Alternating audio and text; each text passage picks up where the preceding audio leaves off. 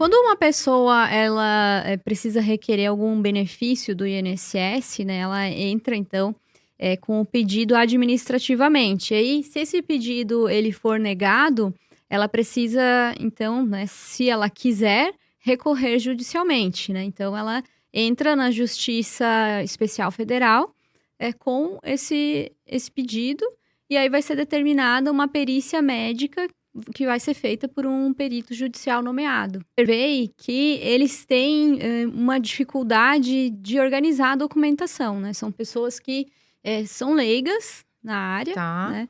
E elas têm que fazer uma perícia judicial.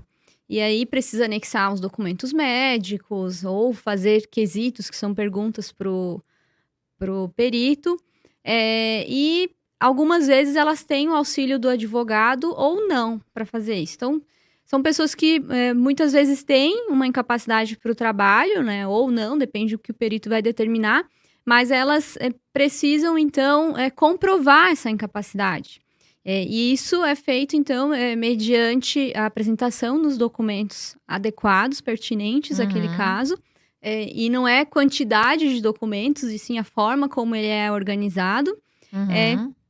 E isso colocado no processo da maneira que o perito, então, consiga compreender e fazer a melhor avaliação possível desse caso.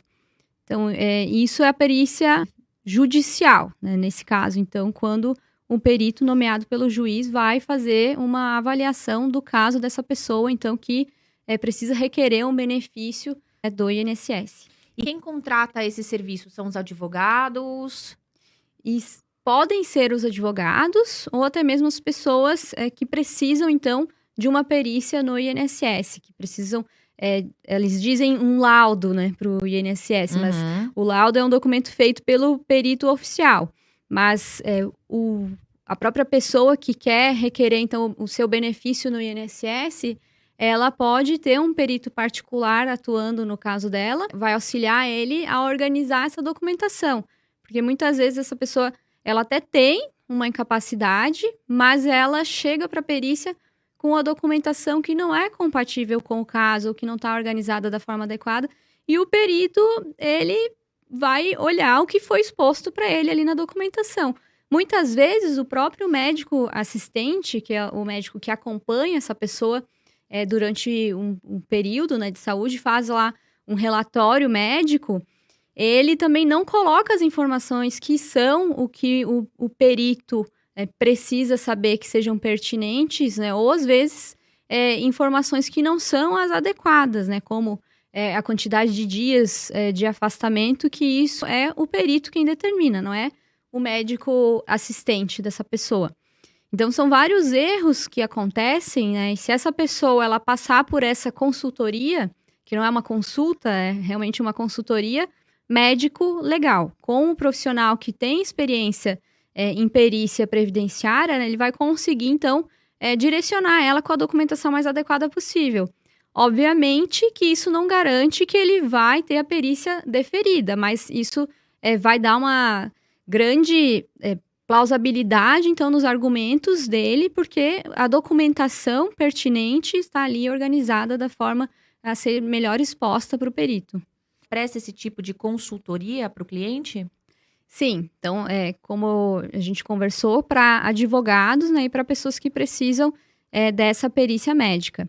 Os advogados, eles são grandes clientes, que eles têm, então, essa necessidade de auxílio para organizar desde a petição inicial e até como colocar o caso para o juiz entender e de fazer as perguntas para o perito, organizar a documentação que vai ser anexada aos autos do processo.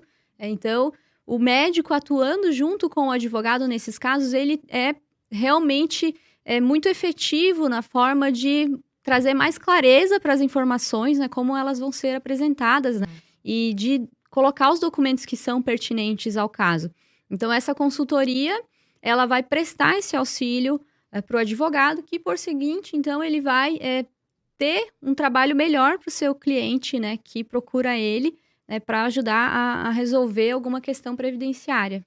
E deixa eu te perguntar uma coisa, doutora, fica muito confuso, às vezes a gente fala laudo, parecer, os dois são sinônimos? perito oficial, ele nomeado pelo juiz para fazer essa perícia, e ele vai produzir um laudo, né, que é o que ele vai escrever depois.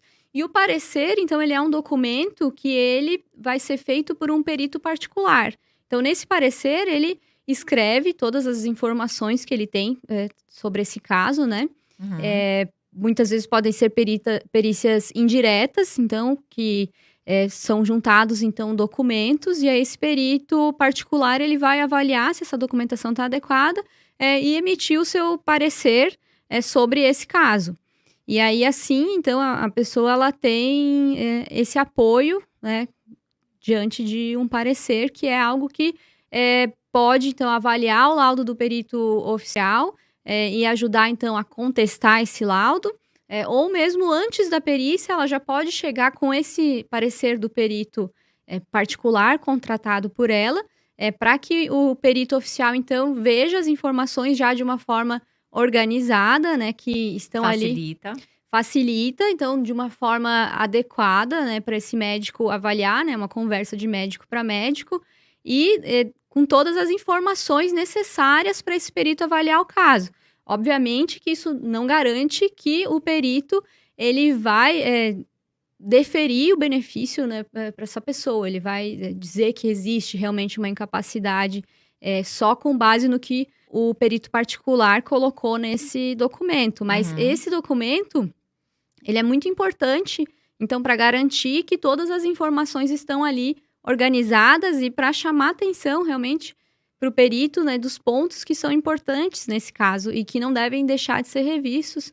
E, além do mais, mostra, né, que essa pessoa, ela tem um outro médico que entende, né, do processo de perícia que está sendo realizado ali e que ele está sendo assessorado por um assistente técnico e que, se esse perito, então, durante o ato pericial, deixar de avaliar alguma questão, né, existe um profissional por trás que vai querer, então, questionar ele, obviamente, daí o advogado, com o procedimento adequado no processo, então, fazer esses questionamentos para o perito. Então, o parecer é um auxílio de muito peso para o cliente, né? Muito. E qualquer pessoa que vai entrar com um pedido no INSS pode ter um perito particular, então? Sim. E é uma questão pouquíssimo explorada, e eu acredito que seja também algo que até cerceia a defesa dessas pessoas, né? Porque nas perícias até da Justiça Federal tem pessoas que realmente elas têm uma incapacidade, né? E que esse benefício, ele já foi negado muitas vezes, né? Então pode ter uma divergência até mesmo do que os peritos consideram como incapacidade ou não. Então, ter um profissional apoiando essa pessoa nesse processo vai auxiliar bastante. Faz toda a diferença e Sim. acaba também encurtando um caminho, né? Dessas negativas constantes que a gente vê de pessoas que, às vezes, acabam sofrendo acidentes de trabalho, e aí entram com o pedido, e aí é negado, e depois entram novamente, acaba essa consultoria com o perito, acaba auxiliando bastante no processo, né? É que muitas vezes a pessoa, o periciado até tem uma incapacidade, mas ele não comprova com a documentação adequada, né? E aí ele perde aquela chance de fazer jus a um benefício que, né, talvez deveria ser concedido a ele.